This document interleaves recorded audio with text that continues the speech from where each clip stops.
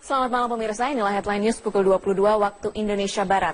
Jelang Pilkada DKI, Ketua Dewan Kehormatan Partai Amanat Nasional Amin Rais berharap muncul pemimpin yang bijaksana dan tidak arogan. Amin Rais menilai Basuki Cahayapurnama tidak pantas memimpin Jakarta karena sangat arogan. Ditemui saat menghadiri pengukuhan dan sertijab pimpinan daerah Muhammadiyah dan Aisyah Kabupaten Temanggung, Ketua Dewan Kehormatan PAN Amin Rais mengatakan sikap kepemimpinan Basuki Cahayapurnama kerap memicu kontroversi dan menantang beberapa lembaga negara. Dengan sikap itu, maka Ahok dinilai sangat arogan, tidak pantas menjadi seorang pemimpin Jakarta. Amin berharap pada Pilkada DKI muncul sosok pemimpin yang tidak arogan dan mengayomi masyarakat, karena setiap kebijakan yang diambil menentukan nasib masyarakat Jakarta. Amin mengaku menyerahkan kepada DPP PAN terkait nama calon gubernur yang akan diusung pada Pilkada DKI Jakarta mendatang. Itu satu sama lain menjadi orang Jogja betul-betul merasa tergerakkan, ya. Bagaimana mungkin seorang gubernur di DKI itu demikian arogan, demikian meremehkan semua lembaga negara, menantang-nantang, dan seolah-olah dia jadi dewa. Menurut saya itu dihentikan, ya. Kalau seperti ini nggak dihentikan, ini akan jadi presiden bahwa politisi bisa ngomong kotor, bisa mengumpat, bisa menghujat dan lain-lain, ya. Tidak layak jadi gubernur omongannya kotor, ya. Pengusaha Anda kembali di Top News, pemirsa. Revisi Undang-Undang Pilkada disinyalir mengandung muatan untuk mempersulit calon kepala daerah dari jalur perseorangan atau independen, termasuk melalui peningkatan syarat dukungan calon independen. Meski demikian, anggota Komisi 2 DPR RI Arteria Dahlan membantah revisi Undang-Undang Pilkada untuk mempersulit calon independen. Para calon kepala daerah yang maju melalui jalur perseorangan atau independen nampaknya harus mulai waspada dengan persyaratan yang semakin menyulitkan. Komisi 2 DPR mengisyaratkan adanya revisi Undang-Undang Pilkada dengan sejumlah poin yang mempersulit calon independen. Dari syarat dukungan bermaterai sampai syarat dukungan yang diwacanakan naik menjadi 10% dari daftar pemilih tetap atau DPT. Meski demikian, anggota Komisi 2 DPR RI dari fraksi PDI Perjuangan Arteria Dahlan membantah revisi Undang-Undang Pilkada untuk mempersulit calon independen. Arteria berdalih revisi undang-undang untuk memperbaiki sistem pilkada sehingga benar-benar terpilih kepala daerah yang berkualitas. Jadi jangan lihatnya kita mengamputasi 10%, ya, jangan lihatnya di DKI yang jumlahnya besar. Di banyak tempat yang DPT-nya cuma 26.000, 30.000, itu cuma 3.000. Di wilayah-wilayah sana yang tingkat kesukuannya tinggi, primordialismenya tinggi, mencapai angka-angka segitu begitu mudahnya. Jadi harusnya kita terbalik gitu, ya. Yang kita tuju DPT bicaranya ke satu tempat, padahal kita punya 560 kabupaten kota provinsi. Teman Ahok mengkritisi wacana peningkatan syarat 10% dari daftar pemilih tetap untuk calon independen. Peningkatan syarat dari 7,5% menjadi 10% ini dianggap menyulitkan para calon independen sehingga bisa menghambat semangat demokrasi. Juru bicara teman Ahok Amalia menyayangkan berkembangnya wacana untuk menaikkan syarat calon independen dari 7,5% menjadi 10% dari total daftar pemilih tetap. Syarat 10% dianggap sangat memberatkan bagi calon independen. Meski teman Ahok optimistis mendapatkan 10% KTP dukungan, namun syarat ini akan sangat memberatkan para calon independen di daerah lain. Teman Ahok sendiri saat ini telah berhasil mengumpulkan sekitar 650.000 KTP dukungan untuk pasangan Ahok Heru. Jika mengacu pada syarat 7,5%, maka jumlah ini sudah melampaui persyaratan. Namun jika syarat dinaikkan menjadi 10%, maka masih kurang. Jumlah pemilih tetap pada Pilkada DKI 2017 belum dipastikan, namun mengacu pada jumlah DPT pada tahun 2014 lalu, yakni 7.096.168 pemilih. Jika syarat dukungan dinaikkan menjadi 10%, maka calon independen minimal harus berhasil mengumpulkan KTP dukungan sekitar 710.000 KTP. Menurut kami terkait dengan syarat yang akan dinaikkan ini tentu sangat menyulitkan untuk tim di calon independen ya, terutama kalau misalnya tim itu kan sifatnya relawan dan inisiatif seperti itu. Seperti di teman Ahok, kita kan juga tidak ada koordinasi dengan Pak Ahok langsung ya. Jadi semuanya benar-benar dari inisiatif masyarakat dan kita menggalang dukungan juga secara mandiri seperti itu. Apalagi kalau dengan teman Ahok ini kan kita organisasi yang semuanya penggeraknya itu dibiayai dengan penjualan merchandise. Kalau misalnya dinaikkan menjadi 10%, maka akan menjadi kos biaya politiknya juga akan lebih besar dibanding yang kemarin. Kecelakaan tunggal melibatkan motor besar yang terjadi di Jalan Daan Mogot, Jakarta Barat menyebabkan 1 korban meninggal dunia. Korban diduga kehilangan kendali setelah melajukan motornya dengan kecepatan tinggi. Motor yang dikendarai korban, Endi Marsa Arta Meswara, 38 tahun, terperosok ke selokan setelah sebelumnya menabrak trotoar dan halte bus. Sedangkan wanita yang diboncengnya, Wulansari Julianti, 41 tahun, mengalami luka patah tulang pada bagian kaki. Saat ini korban menjalani perawatan di Rumah Sakit Sumber Waras. Kasus ini ditangani unit Laka Lantas Polres Jakarta Barat.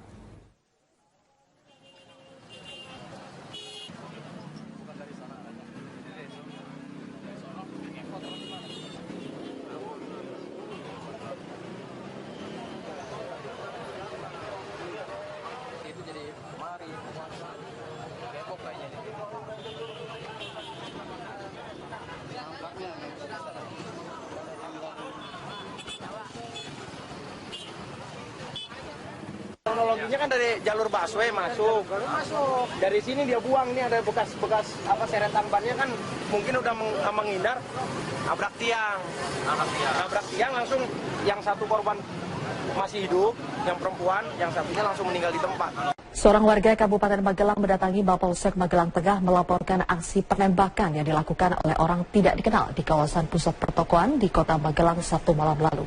Hingga saat ini ada 2 korban yang telah melaporkan dan kemungkinan laporan akan bertambah. Immanuela Indaworo, 17 tahun, warga desa Mungkidan, Kecamatan Mertoyudan, Kabupaten Magelang, Jumat siang, melapor ke Mapolsek Magelang Tengah karena menjadi korban penembakan oleh orang tidak dikenal. Woro terkena tembakan saat akan menyeberang jalan menuju sebuah toko di Jalan Pemuda. Tiba-tiba ia merasa sakit di bagian kaki kiri dan segera dilarikan ke rumah sakit terdekat. Menurut informasi warga, sudah ada 6 orang yang menjadi korban penembakan.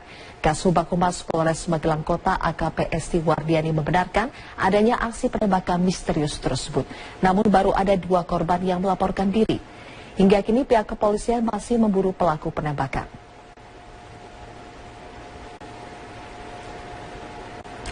Pemirsa, polisi mendalami motif kejahatan penembakan misterius di Magelang, Jawa Tengah yang menyerang sejumlah korban dari kalangan wanita.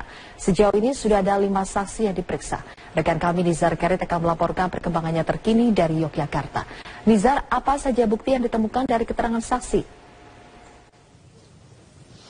Zilvia, bukti yang ditemukan dari keterangan saksi adalah kronologi kejadian peristiwa atau penembakan yang terjadi hari sore kemarin dan beberapa hari sebelumnya. Memang korban dan saksi tidak menjelaskan secara spesifik apakah pelaku berada di ketinggian atau berada di sudut-sudut kota yang pada sore hari memang menjadi salah satu keramaian di titik Kota Magelang. Kawasan Jalan Pemuda atau yang masyarakat lazim menyebutnya sebagai kawasan pertokoan pecinan di sore hari memang menjadi titik keramaian. Banyak sekali warga yang hilir mudik di sana. Dan peristiwa ini menimbulkan efek trauma yang berat bagi warga, terutama bagi pekerja perempuan yang memang pada sore hari mereka harus melewati titik tersebut. Polisi sudah memeriksa 5 saksi dan sedikitnya sudah ada 6 korban wanita yang menjadi korban luka tembak. Memang tidak disebutkan apakah pelaku menggunakan senjata jenis airsoft gun, namun hasil penyelidikan sementara yang berdasarkan dari hasil visum korban yang melapor kemarin, polisi menduga pelaku menggunakan senjata angin atau senapan angin. Saat ini masih perkembangan penyelidikan terus dilakukan dan peristiwa ini mengundang reaksi dari Wali Kota Magelang yang berencana akan memasang beberapa CCTV di sudut Kota Magelang. Namun rencana ini masih terkendala dengan anggaran yang harus dibawa ke DPRD. Berikut adalah kutipan wawancara kami dengan Wali Kota Magelang. 2, 1. kota itu harus kita rekam semua. Tapi biayanya kan harus. Jakarta selalu jalan, kemudian 111 dari Bandung. Fasilitas tidak hanya di sini, besok di depan RSU maupun sekarang kendaraannya. Baik, bersiap-siap 111. Zilvia, demikian laporan dari Yogyakarta. Kembalikan Anda di studio. Nizar Keri, terima kasih atas laporan Anda. Pemirsa, lapas narkotika kelas 2A Bancai, Jalan Soekarno-Hatta, Bandung, Jawa Barat rusuh hingga bangunan terbakar. Hingga belum diketahui pasti penyebab kerusuhan, dan kita akan lihat dalam video dan foto yang diunggah di sosial media, terlihat bangunan lapas narkotika Bancai ini terbakar. Dugaan sementara kerusuhan bermula dari adanya razia narkotika. Napi di dalam lapas disebut tidak terima dengan adanya razia ini. Kepala Humas Ditjenpas Akbar Hadi mengatakan info sementara karena ada razia yang dilakukan oleh Kanwil dan BNN. Aksi pembakaran ini terjadi di beberapa titik lapas. Saat ini petugas gabungan sudah bersiaga untuk mengamankan lokasi agar tidak terjadi kembali kerusuhan.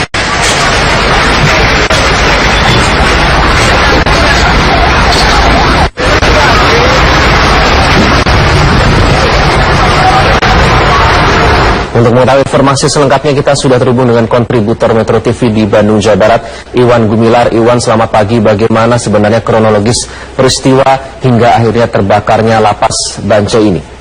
Ya, Iqbal, kebakaran di lapas Bancai khusus narkoba Bancai ini terjadi sekitar pukul 8 pagi tadi. Api menyala di sekitar kantor atau tempat petugas lapas Bancai. Kebakaran ini diduga diawali karena ada sweeping atau razia yang dilakukan oleh BNN dan petugas lapas Bancai pada hari Jumat kemarin. Pada razia kemarin, salah seorang narapidana yaitu Munar alias Endang yang divonis 5 tahun terbukti melakukan pelanggaran, dan oleh pihak BNN Endang atau Munar langsung dibawa untuk diamankan. Setelah menerima rekan-rekannya ditangkap, pihak para narapidana yang lainnya langsung melakukan aksi pembakaran tadi pagi kita. Oke, Iwan, kalau terlihat dari gambar ini asap tebal terlihat membumbung dari lapas Bancai. Bisa Anda gambarkan seberapa parah kerusakan di lapas Bancai saat ini?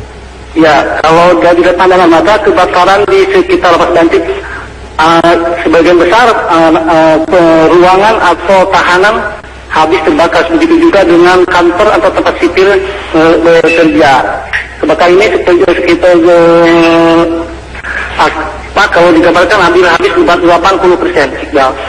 Oke, terkait dengan lapas yang terbakar ini bagaimana skenario pengamanannya? Kemudian apakah nanti diamankan ke ruangan khusus para napi ini atau bagaimana, Iwan, dari informasi yang Anda dapatkan?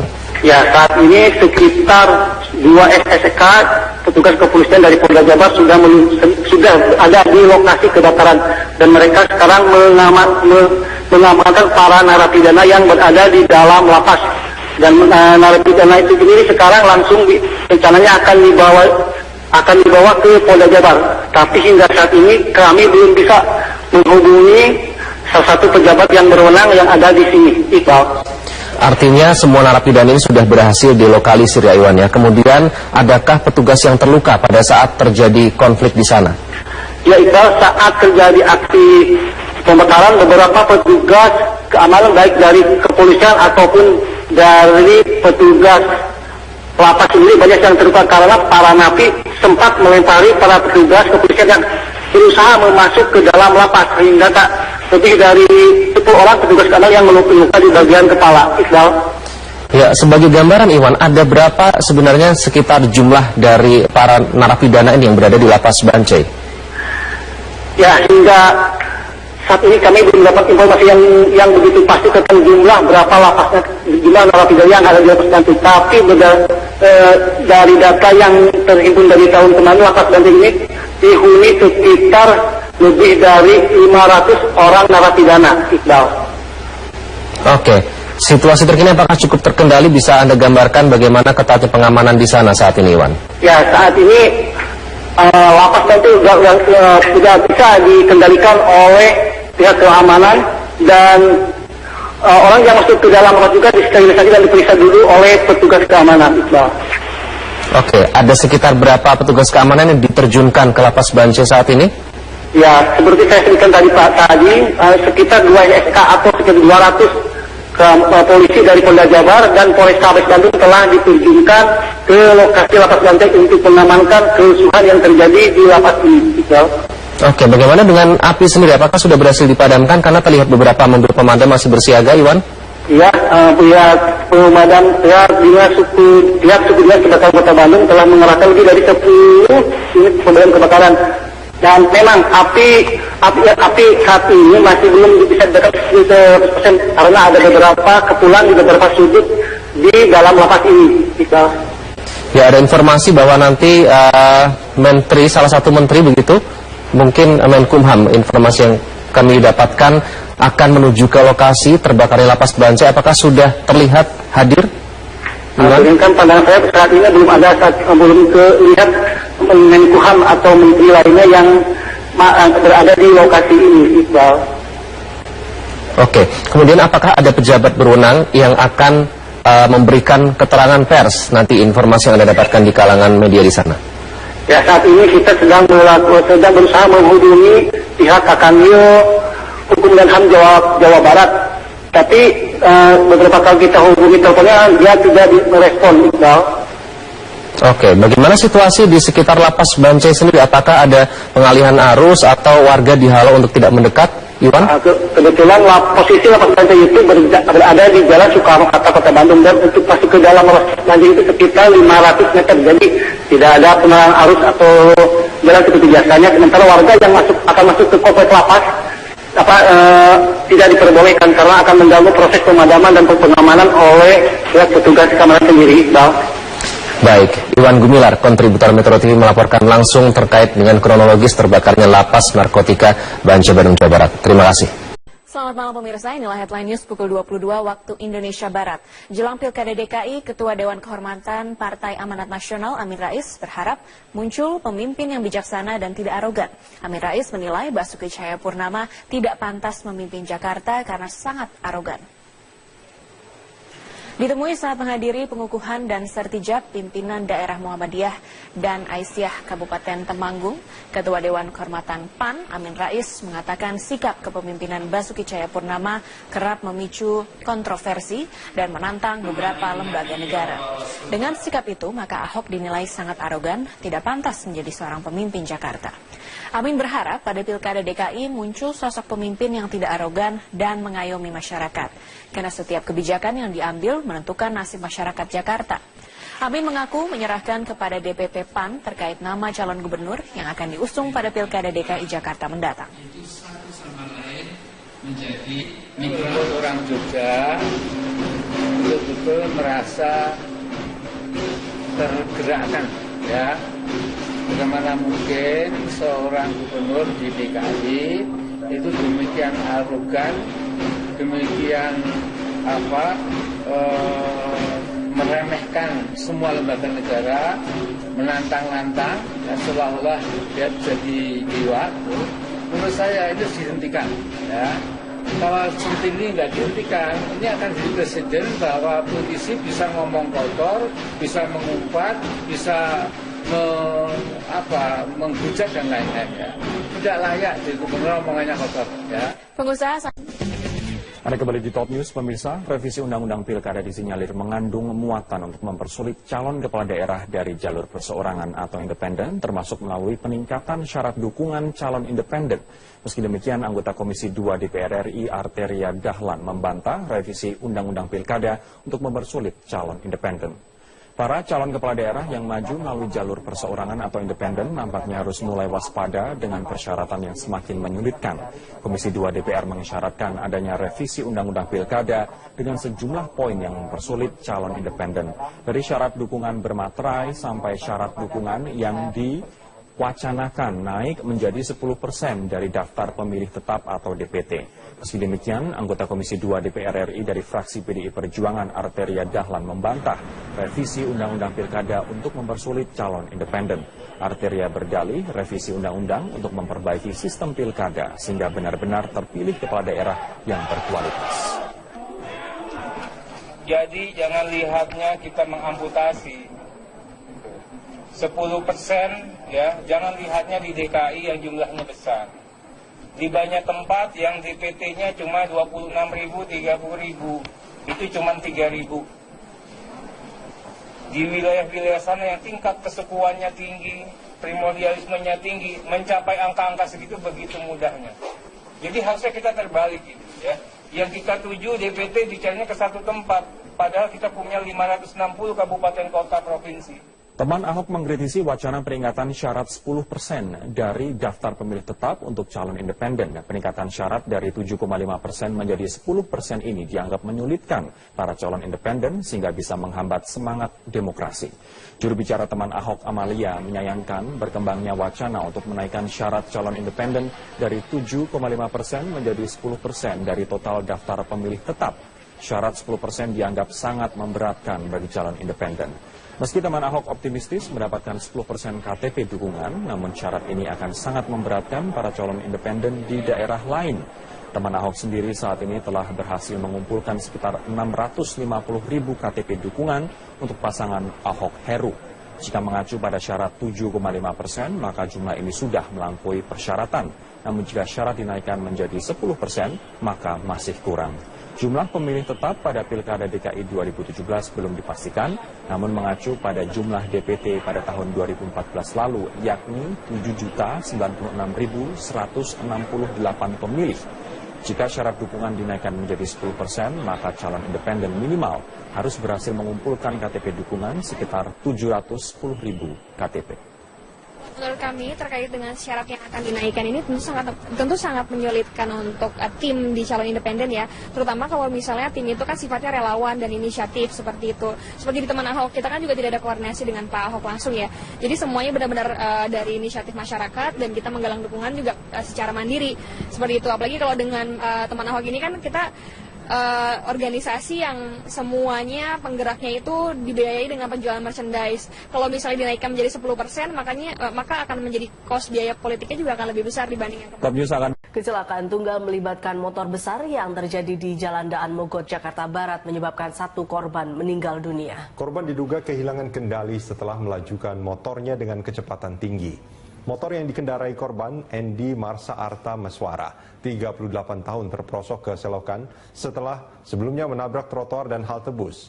Sedangkan wanita yang diboncengnya, Wulansari Julianti, 41 tahun, mengalami luka patah. Keramaian, banyak sekali warga yang hilir mudik di sana, dan peristiwa ini menimbulkan efek trauma yang berat bagi warga, terutama bagi pekerja perempuan yang memang pada sore hari mereka harus melewati titik tersebut.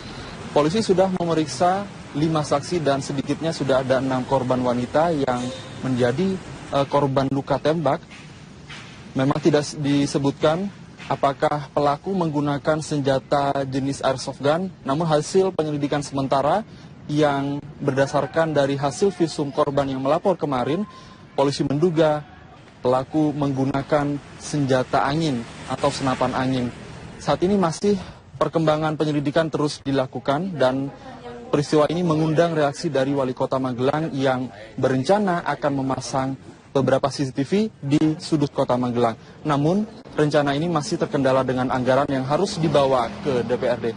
Berikut adalah kutipan wawancara kami dengan Wali Kota Magelang. 2, 1, kota harus kita rekam semua, tapi biayanya kan harus. Jakarta selalu jalan kemudian 111 dari Bandung. Fasilitas tidak hanya di sini, besok di depan RSU. Sekarang kendaraannya. Baik, bersiap-siap 111. Zilvia, demikian laporan dari Yogyakarta, kembali ke Anda di studio. Nizar Keri, terima kasih atas laporan Anda. Pemirsa, lapas narkotika kelas 2A Bancai, Jalan Soekarno-Hatta, Bandung, Jawa Barat rusuh hingga bangunan terbakar. Hingga belum diketahui pasti penyebab kerusuhan, dan kita akan lihat dalam video dan foto yang diunggah di sosial media, terlihat bangunan lapas narkotika Bancai ini terbakar. Dugaan sementara kerusuhan bermula dari adanya razia narkotika. Napi di dalam lapas disebut tidak terima dengan adanya razia ini.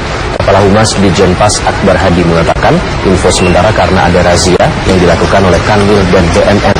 Aksi pembakaran ini terjadi di beberapa titik lapas. Saat ini petugas gabungan sudah bersiaga untuk mengamankan lokasi agar tidak terjadi kembali kerusuhan.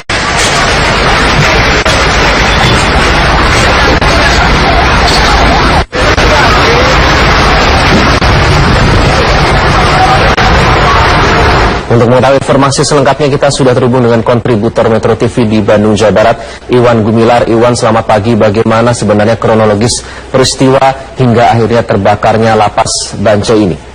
Ya, Iqbal, kebakaran di lapas Bancai, khusus narkoba Bancai ini terjadi sekitar pukul 8 pagi tadi. Api menyala di sekitar kantor atau tempat petugas lapas Bancai. Kebakaran ini diduga diawali karena tulang pada bagian kaki. Saat ini korban menjalani perawatan di Rumah Sakit Sumber Waras. Kasus ini ditangani unit Laka Lantas Polres Jakarta Barat.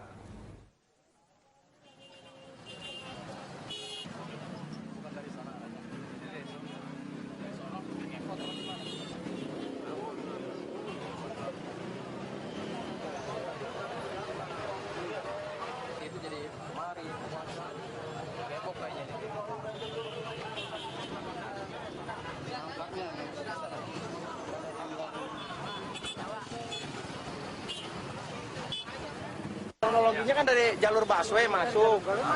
Dari sini dia buang, nih ada bekas seretan bannya kan mungkin udah menghindar, nabrak tiang langsung. Yang satu korban masih hidup, yang perempuan, yang satunya langsung meninggal di tempat. Seorang warga Kabupaten Magelang mendatangi Mapolsek Magelang Tengah melaporkan aksi penembakan yang dilakukan oleh orang tidak dikenal di kawasan pusat pertokoan di kota Magelang Sabtu malam lalu.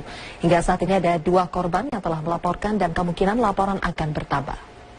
Immanuela Indaworo, 17 tahun, warga desa Mungkidan, Kecamatan Mertoyudan, Kabupaten Magelang, Jumat siang, melapor ke Mapolsek Magelang Tengah karena menjadi korban penembakan oleh orang tidak dikenal. Woro terkena tembakan saat akan menyeberang jalan menuju sebuah toko di Jalan Pemuda. Tiba-tiba ia merasa sakit di bagian kaki kiri dan segera dilarikan ke rumah sakit terdekat. Menurut informasi warga, sudah ada 6 orang yang menjadi korban penembakan. Kasubag Humas Polres Magelang Kota AKP Esti Wardiani membenarkan adanya aksi penembakan misterius tersebut. Namun baru ada 2 korban yang melaporkan diri. Hingga kini pihak kepolisian masih memburu pelaku penembakan.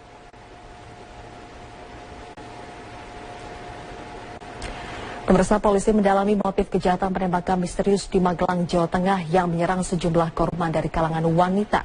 Sejauh ini sudah ada 5 saksi yang diperiksa. Rekan kami Nizar Karit akan melaporkan perkembangannya terkini dari Yogyakarta. Nizar, apa saja bukti yang ditemukan dari keterangan saksi? Zilvia, bukti yang ditemukan dari keterangan saksi adalah kronologi kejadian peristiwa atau penembakan yang terjadi hari sore kemarin dan beberapa hari sebelumnya. Memang korban dan saksi tidak menjelaskan secara spesifik apakah pelaku berada di ketinggian atau berada di sudut-sudut kota yang pada sore hari memang menjadi salah satu menjadi keramaian di titik kota Magelang. Kawasan Jalan Pemuda atau yang masyarakat lazim menyebutnya sebagai kawasan pertokoan pecinan di sore hari memang menjadi titik. Ada sweeping atau razia yang dilakukan oleh BNN dan petugas lapas Bancai pada hari Jumat kemarin. Pada razia kemarin salah seorang narapidana yaitu Munar alias Endang yang divonis 5 tahun terbukti melakukan pelanggaran. Dan oleh pihak BNN, Endang atau Munar langsung dibawa untuk diamankan. Ketika menerima rekan-rekannya ditangkap, pihak para narapidana yang lainnya langsung melakukan aksi pembakaran kali bagi kidal. Oke, Iwan, kalau terlihat dari gambar ini asap tebal terlihat membumbung dari lapas Bancai. Bisa Anda gambarkan seberapa parah kerusakan di lapas Bancai saat ini? Ya, kalau dari pandangan mata kebakaran di sekitar lapas Bancai sebagian besar ruangan atau tahanan habis terbakar. Begitu juga dengan kantor atau tempat sipil bekerja. Kebakaran ini sekitar kalau digambarkan habis 80%. Oke, terkait dengan lapas yang terbakar ini bagaimana skenario pengamanannya? Kemudian apakah nanti diamankan ke ruangan khusus para napi ini atau bagaimana, Iwan, dari informasi yang Anda dapatkan? Ya, saat ini sekitar 2 SSK petugas kepolisian dari Polda Jabar sudah ada di lokasi kebakaran dan mereka sekarang mengamankan para narapidana yang berada di dalam lapas. Dan narapidana itu sendiri sekarang langsung rencananya akan dibawa ke Polda Jabar. Tapi hingga saat ini kami belum bisa menghubungi salah satu pejabat yang berwenang yang ada di sini, Iqbal. Artinya semua narapidana ini sudah berhasil dilokalisir ya Iwan ya. Kemudian adakah petugas yang terluka pada saat terjadi konflik di sana? Ya Iqbal, saat terjadi aksi pembakaran beberapa petugas keamanan baik dari kepolisian ataupun dari petugas lapas sendiri banyak yang terluka karena para napi sempat melempari para petugas kepolisian yang berusaha masuk ke dalam lapas sehingga tak lebih dari 10 orang petugas keamanan yang meluka di bagian kepala. Iqbal. Ya, sebagai gambaran Iwan, ada berapa sebenarnya sekitar jumlah dari para narapidana ini yang berada di lapas Bancai? Ya, hingga saat ini kami belum dapat informasi yang begitu pasti tentang jumlah berapa lapasnya, jumlah narapidana yang ada di lapas Bancai. Tapi dari data yang terhimpun dari tahun kemarin, lapas Bancai ini dihuni sekitar lebih dari 500 orang narapidana, Iqbal. Oke, situasi terkini apakah cukup terkendali? Bisa Anda gambarkan bagaimana ketatnya pengamanan di sana saat ini, Iwan? Ya, saat ini